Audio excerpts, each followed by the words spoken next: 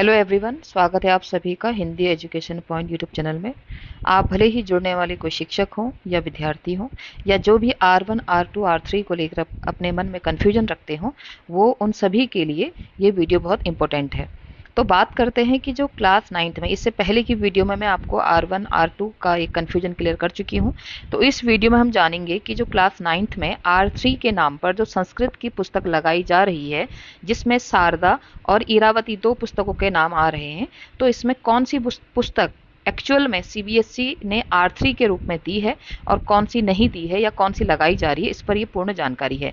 तो आप सभी जानते हैं शारदा और इरावती ये दो पुस्तकें सीबीएसई में आपको मिल जाएंगी, और कौन सी पुस्तक आपके लिए कौन सी पुस्तक नहीं, इस पर हम बात करते हैं। अगर हम बात करते हैं सीबीएसई क्लास 9 संस्कृत भाषा की जो नई पुस्तकें हैं एनसीईआरटी और एनईपी के अंतर्गत, तो जो मुख्य पुस्तक है, अगर हम जो मुख्य संस्कृत पुस्तक की बात करें, शारदा पुस्तक जो है वो कक्षा 9 की सामान्य संस्कृत पाठ्य पुस्तक है। ठीक है, आप इसको ध्यान से यहाँ पर देखिएगा। जो शारदा पुस्तक है वो कक्षा 9 की सामान्य संस्कृत पुस्तक है, जैसे हमारी सामान्य अब 9th में गंगा है, ठीक है, हिंदी की।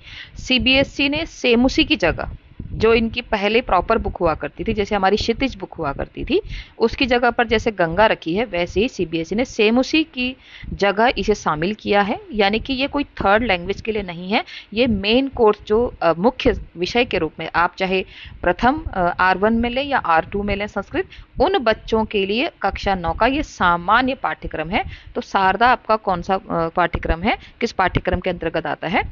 शारदा जो है वो आपका सामान्य पाठ्यक्रम के अंतर्गत आता है।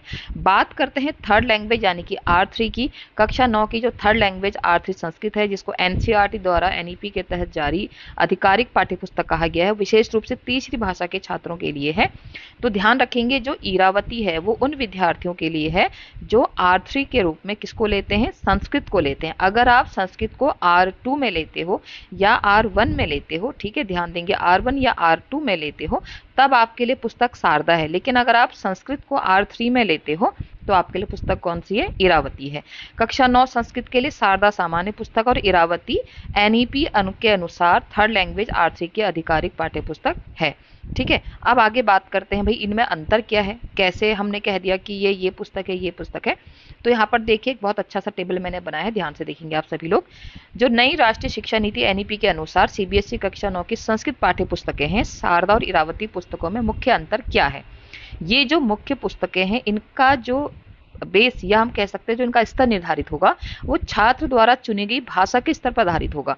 मैं आपसे पहले कह चुकी हूँ कि अगर आपने सेकंड, देखिए यहाँ पर सेकंड लिखा है, यहाँ पे थर्ड लिखा है, अगर आप द्वितीय भाषा के रूप में या प्रथम, या भी लगा सकते हैं प्रथम भाषा, क्योंकि आपको पता है R1 और R2 के लिए एक ही लैंग्वेज है, मतलब एक लैंग्वेज सिंस एक ही पुस्तक है। अगर आप इंग्लिश R1 लेते हैं और इंग्लिश R2 के लिए भी एक ही पुस्तक है, हिंदी R1 और R2 के लिए भी एक ही पुस्तक है, थोड़ा व्याकरण में चेंज है, वो मैं आपको इससे पहले की वीडियो में बता चुकी हूँ। आप चाहें तो प्लेलिस्ट में जाके उसको देख सकते हैं दोबारा से। तो जो शारदा है वो द्वितीय भाषा के रूप में चुनने वाले छात्रों के लिए, इसका स्टैंडर्ड कैसा है, इसका लेवल कैसा है, इसका स्तर कैसा है, ये उन्नत है, मीन एडवांस है। ये उन विद्यार्थियों के लिए है जो कक्षा 6 से 8 तक संस्कृत पढ़ने वाले छात्र हैं। अब आप कहेंगे कि आपने भी 8 तक संस्कृत पढ़ी है। हाँ पढ़ी है, लेकिन क्या आप संस्कृत को अब अपनी R1 या R2 में शामिल कर रहे हैं? अगर हाँ, तब तो आपके लिए शारदा पुस्तक है। अगर नहीं, अगर आप माना आपकी R1 में हिंदी है, ठीक है, और R2 में आपका क्या है, इंग्लिश है, तो आपकी R3 में जो संस्कृत होगी, R3 में जो संस्कृत होगी वो इरावती होगी। तो ये आप याद रखेंगे। मैं ये नहीं कहती कि आपने 6 to 8 संस्कृत नहीं पढ़ी, लगभग सभी बच्चों ने 6 to 8 तक संस्कृत पढ़ी होती है। इसका लेवल उन बच्चों के लिए ही है जो मुख्य रूप से शारदा को अपनी R1 या R2 बनाते हैं। इसकी विशेषता यह है कि पुरानी पुस्तक जो मुख्य पुस्तक थी सेमुसी, उसकी जगह पर एनसीईआरटी शारदा टेक्स्ट बुक लागू हुई है। बात करते हैं इरावती की, तो इरावती तृतीय भाषा के रूप में चुनने वाले छात्रों के लिए अनिवार्य है। स्तर इसका शुरुआती है, यानी कि क्योंकि आपको पता है कि जो R3 है इसका सीबीएसई ने कहा है कि इसका 10th का बोर्ड एग्जाम नहीं होगा, लेकिन ये जरूरी नहीं कि आगे भी ना हो, क्योंकि जब हो सकता है इसको 3-4 साल हो जाए और त्रिभाषा सूत्र और अच्छी तरह से माना जाए, तो हो सकता है कि कुछ सालों बाद 10th में इसका बोर्ड हो। लेकिन अभी जो हमें जो सूचना प्राप्त है उसके अनुसार इरावती कहें या R3 कहें, इसका कोई एग्जाम नहीं होना है। इसलिए जो इसका स्तर है वो स्तर कैसा है, खाली शुरुआती है, इंट्रोडक्टरी है, कक्षा 9वीं से नए सिरे से सीखने वाले छात्रों के लिए है। अब आप कहेंगे कि आपने 6 to 8 पढ़ा है, हाँ पढ़ा है, लेकिन अगर आप इसको R3 के अंतर्गत लेते हैं तो आपकी पुस्तक इरावती ही होगी। विशेषता यह है कि इसकी 3 भाषा फॉर्मूले के तहत यही पुस्तक शामिल की गई है। ध्यान रखेंगे आप, त्रिभाषा सूत्र के अंतर्गत यही पुस्तक शामिल की गई है। कब? जब आप R1 R2 में अदर लैंग्वेज लेते हैं और R3 में अगर आप संस्कृत लेते हैं। ध्यान रखेंगे, R3 में अगर आप संस्कृत लेते हैं तो आपकी पुस्तक इरावती होगी, ना कि शारदा। ठीक है। और इसमें जैसे मैंने आपसे पहले ही कहा, R1 R2 पे अगर आपको कोई कंफ्यूजन है तो उस पर भी मैं वीडियो बना चुकी हूँ कि R1 R2 में क्या अंतर है, सिलेबस क्या है, कितना डीप है, कितना किस प्रकार से है, पुस्तक कौन सी है, इन पे सब पे मैंने एक वीडियो बनाया है, आप इसको जाके देख सकते हैं। तो अब आप अच्छे से समझ गए होंगे कि आपके लिए जो क्लास 9th में जो पुस्तक है वो पुस्तक कौन सी है, आप अच्छे से समझ गए होंगे। दोबारा से मैं आपको क्लियर आउट करती हूँ। अगर आप R1 आपकी इंग्लिश है माना, R2 आपकी हिंदी है माना, यहाँ पर इंग्लिश है माना, यहाँ पर हिंदी है माना, और R3 के रूप में अगर आप संस्कृत को लेते हैं तो आपकी पुस्तक होगी इरावती।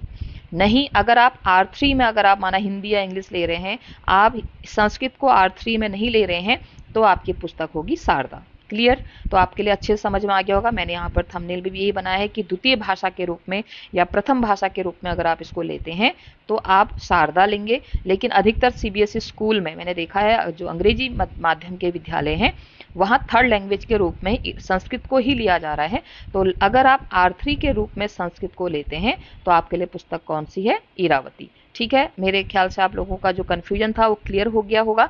अगर आप इरावती पुस्तक से संबंधित पाठ्यक्रम में डिटेल वीडियो चाहते हैं तो मैं इसको सिंप्लीफाई करके साधारण शब्दों में आपको संस्कृत की पुस्तक का भी डिटेल वीडियो बना के दे सकती हूँ। या आपकी स्कूल में अगर शारदा पुस्तक ही लगाई गई है ना, क्योंकि जानकारी का अभाव होता है तो ऐसा ही होता है ना।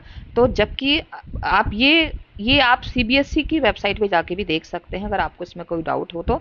इसमें मुख्य रूप से कहा गया है कि शारदा उन विद्यार्थियों के लिए है जो R1 या R2 के रूप में संस्कृत लेते हैं। अगर R3 के रूप में अगर आप संस्कृत को लेते हैं तो आपकी पुस्तक इरावती ही होगी।